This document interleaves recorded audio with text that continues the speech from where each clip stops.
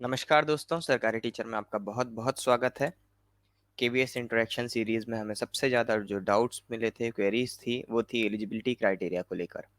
तो इस वीडियो के थ्रू हम ये डाउट्स क्लियर करने की कोशिश करेंगे कि क्या क्या essential and desirable educational qualifications required हैं for the post of PRT, that is primary teacher in KVS. Okay, तो जो फर्स्ट है, अपर एज लिमिट जो होती है पीआरटी के लिए वो होती है फॉर 30 ईयर्स। और उसके साथ साथ बहुत सारे एज लिमिट रिलैक्सेशंस होते हैं। S C S T candidates के लिए 5 ईयर्स, ओबीसी के लिए 3 ईयर्स, वुमेन्स के लिए 10 ईयर्स, फिर person with disabilities including womens, S C S T 15, OBC 13, general के लिए 10 ईयर्स के।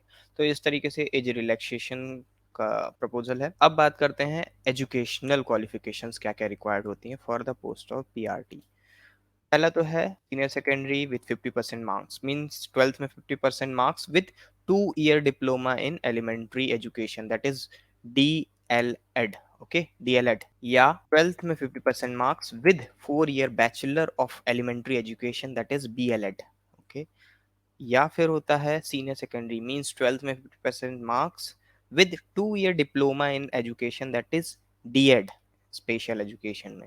ओके, तो ये तीन एजुकेशन क्वालिफिकेशंस में से कोई एक, या फिर एक और है graduation with at least 50% marks and BEd के। ये बाद में ऐड किया गया है, पहले बीएड होल्डर्स पीआरटी के लिए अप्लाई नहीं कर सकते थे, लेकिन ये अभी ये बाद में इसको अप्रूवल मिला है। और इसके लिए एक कंडीशन ये है कि यदि ऐसे कैंडिडेट्स का सिलेक्शन हो जाता है तो इन्हें एक 6 मंथ का ब्रिज कोर्स करना होगा। Okay, 6 months bridge course in elementary education, वह भी 2 साल के अंदर अंदर, मतलब प्रोविजनल पीरियड के अंदर अंदर इन्हें एक 6 मंथ्स का ब्रिज कोर्स कंप्लीट करना होगा, तभी जाके ये परमानेंट एम्प्लॉय बन पाएंगे। देन कंपल्सरी या एसेंशियल एजुकेशन क्वालिफिकेशन रिक्वायर्ड है, ये तो एलिजिबिलिटी के लिए ही है, that is CTET, central teaching eligibility test paper 1। Okay, ये इन चारों में से यदि चारों एजुकेशन क्वालिफिकेशंस हैं और सीटीईटी नहीं है तो वे कैंडिडेट पीआरटी के लिए अप्लाई नहीं कर सकते, या वे एलिजिबल नहीं है उस पोस्ट के लिए। ठीक है, तो सीटीईटी का एग्जाम क्लियर होना चाहिए।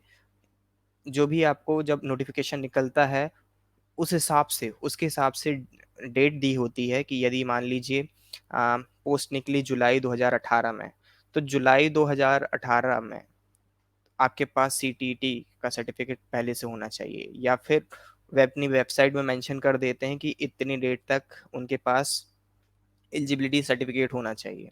ठीक है, तो इस चीज़ में काफ़ी डाउट होता है।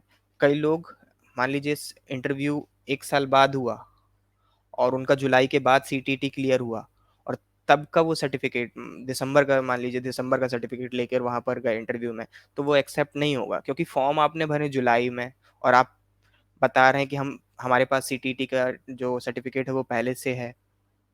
तो ये एक डायलेमा वाली सिचुएशन आ जाती है, और ऐसे में ऐसे कैंडिडेट्स एलिजिबल नहीं माने जाते हैं। फिर बात आती है proficiency to teach through English and Hindi, दोनों इंग्लिश और हिंदी दोनों में ही प्रोफिशिएंसी होनी चाहिए, दोनों, क्योंकि छोटे बच्चों को पढ़ाना है तो दोनों लैंग्वेज में फ्लुएंस होना चाहिए। देन डिजायरेबल क्वालिफिकेशन रिक्वायर्ड है, कंप्यूटर एप्लीकेशंस का बेसिक नॉलेज होना चाहिए। ओके, अब बात आती है एक और, PRT teacher, that is PRT music, संगीत शिक्षक के लिए क्या रिक्वायरमेंट है। ट्वेल्थ में 50% मार्क्स और साथ ही साथ बैचलर डिग्री होल्डर होने चाहिए वो म्यूजिक में।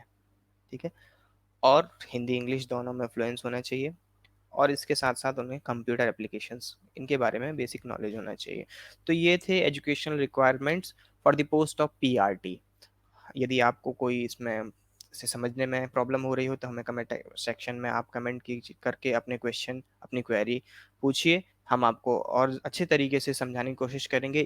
हम डिस्क्रिप्शन बॉक्स में एक पीडीएफ फाइल अपलोड कर देंगे, आप उसे भी पढ़कर अपना डाउट क्लियर कर सकते हैं।